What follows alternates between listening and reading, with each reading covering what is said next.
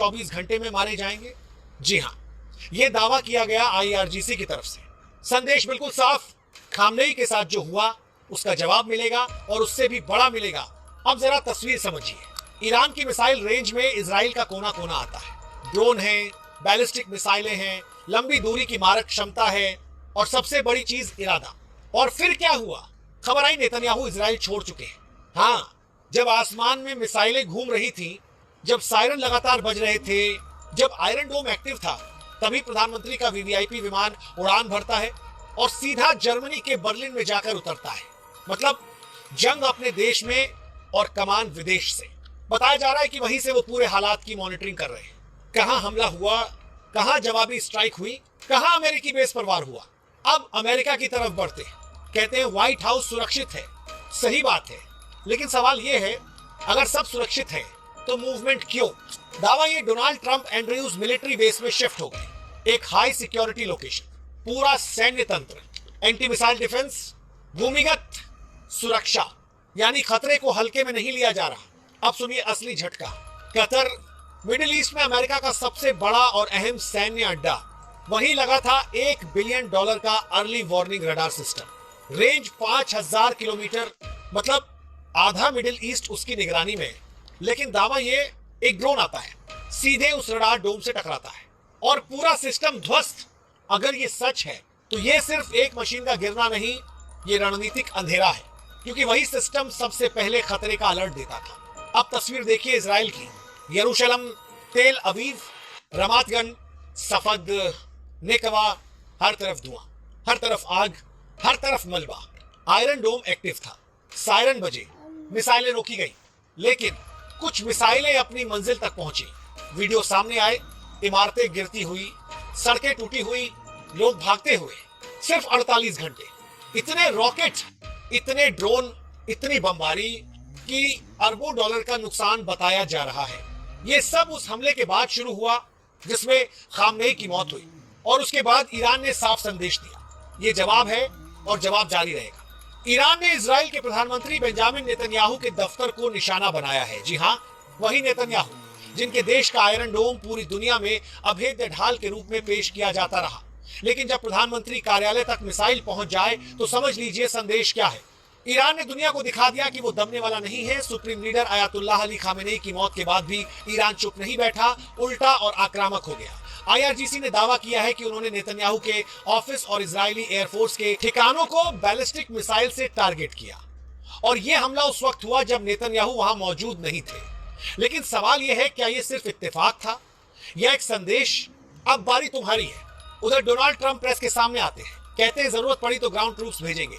4 से 5 हफ्ते जंग चली तो भी अमेरिका तैयार है।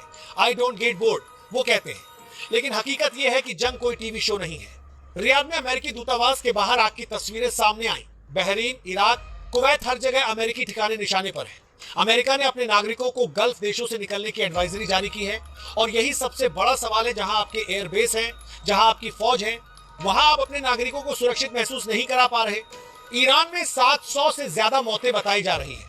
170 से अधिक बच्चे मारे गए। 176 बच्चों की कब्रें जेसीबी से खुदती तस्वीरें पूरे देश में गुस्से की आग को भड़का रही हैं। और इसी बीच तेहरान के गांधी हॉस्पिटल पर हमले की खबर को आई, वही अस्पताल जिसका नाम महात्मा गांधी पर रखा गया है, दशकों पुराने रिश्तों की एक निशानी।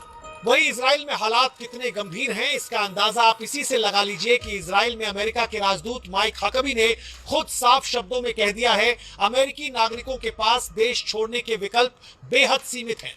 जी हां, ये कोई अफवाह नहीं, ये आधिकारिक बयान है। सोशल मीडिया प्लेटफॉर्म एक्स पर पोस्ट करके हकाबी ने साफ कहा, इस वक्त अमेरिकी दूतावास इजराइल से अमेरिकियों को निकालने या सीधे तौर पर मदद करने की स्थिति में नहीं है। सोचिए, हालात कितने बिगड़ चुके हैं कि दुनिया की सबसे बड़ी ताकत कहे जाने वाला देश अपने ही नागरिकों को तुरंत बाहर नहीं निकाल पा रहा। अब सलाह क्या दी गई है? राजदूत हकाबी ने कहा है कि जो अमेरिकी इजराइल छोड़ना चाहते हैं, वे इजराइल के पर्यटन मंत्रालय द्वारा चलाई जा रही शटल बस से मिस्र के ताबा बॉर्डर तक जाएं, वहां से या फिर काहिरा एयरपोर्ट से फ्लाइट पकड़ने की कोशिश करें। मतलब साफ है, सीधा रास्ता बंद, और लोग बॉर्डर पार करके निकलने की जुगत में हैं। और सुनिए, जॉर्डन के रास्ते जाने की चेतावनी भी दी गई है। क्यों? क्योंकि वहां से उड़ानें अनियमित हैं, भरोसेमंद नहीं है। इजराइल में सायरन बज रहे हैं, एयर डिफेंस सिस्टम सक्रिय हैं और इसी बीच अमेरिका अपने नागरिकों से कह रहा है अपने इंतजाम खुद कीजिए, रास्ते ढूंढिए, लेकिन सावधानी से निकल जाइए। यह स्थिति सामान्य नहीं है। ये उस बड़े भू राजनीतिक तूफान का संकेत है जो पूरे मिडिल ईस्ट को अपनी चपेट में ले सकता है। अगर इजराइल ने एक और बड़ा वार किया तो अगला जवाब सिर्फ सैन्य ठिकानों तक सीमित नहीं रहेगा। इसका मतलब है कि बिजली ग्रिड, कम्युनिकेशन नेटवर्क, आर्थिक ढांचे और रणनीतिक कमांड सेंटर भी निशाने पर आ सकते हैं। इधर इजराइल की स्थिति भी आसान नहीं है। आयरन डोम, एरो और बाकी सभी एयर डिफेंस सिस्टम पूरी ताकत से सक्रिय हैं, लेकिन लगातार 48 से 72 घंटे तक ड्रोन और रॉकेट की बौछार किसी भी सिस्टम की परीक्षा ले लेती है। हर इंटरसेप्टर मिसाइल लाखों डॉलर की होती है, जबकि सामने से आने वाले कई ड्रोन अपेक्षाकृत सस्ते हैं। यह आसमान युद्ध है, एक तरफ तकनीकी श्रेष्ठता, दूसरी तरफ संख्या और निरंतरता। यही वजह है कि कुछ मिसाइलें अपनी मंजिल तक पहुंच गईं और जिन इमारतों को कभी सुरक्षित समझा जाता था वे भी मलबे में बदली दिखी। साथ ही यह भी साफ दिख रहा है कि ईरान अकेला नहीं खेल रहा। लेबनान से हिजबुल्लाह की हलचल, गाजा से रॉकेट, इराक और सीरिया में सक्रिय मिलिशिया समूह और यमन से हुती हमले, ये सब एक बड़े समन्वय का संकेत देते हैं। इजराइल चारों तरफ से दबाव में है। अब ये सिर्फ एक देश बनाम एक देश की लड़ाई नहीं रह गई, बल्कि पूरे क्षेत्रीय समीकरण बदलने की तैयारी है। अमेरिका की स्थिति भी उलझी हुई है। सार्वजनिक बयान सख्त हैं, जरूरत पड़ी तो हस्तक्षेप करेंगे, जमीनी सेना भी भेज सकते हैं, लेकिन असली गणित अलग है।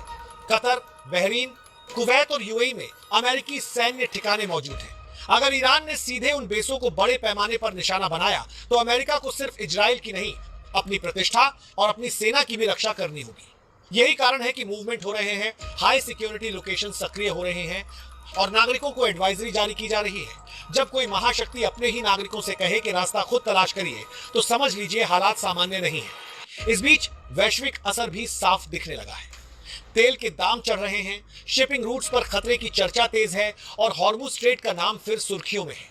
अगर उस रास्ते में जरा भी व्यवधान आया तो पूरी दुनिया की सप्लाई चेन हिल सकती है। रूस और चीन अभी सीधे मैदान में नहीं है, लेकिन दोनों ध्यान से देख रहे हैं। एक गलती, एक गलत अनुमान, एक बड़ी चूक और एक क्षेत्रीय संघर्ष वैश्विक टकराव में बदल सकता है। इजराइल के भीतर जनता सवाल पूछ रही है, क्या यह निर्णय सही था? क्या दुश्मन को कम आंका गया और क्या कीमत बहुत भारी पड़ रही है? वहीं ईरान के भीतर गुस्सा उबाल पर है। सैकड़ों मौतें, बच्चों की कब्रों की तस्वीरें, अस्पतालों पर हमलों के आरोप, इन सब ने इसे केवल सैन्य संघर्ष नहीं रहने दिया, बल्कि भावनात्मक और अस्तित्व की लड़ाई बना दिया है।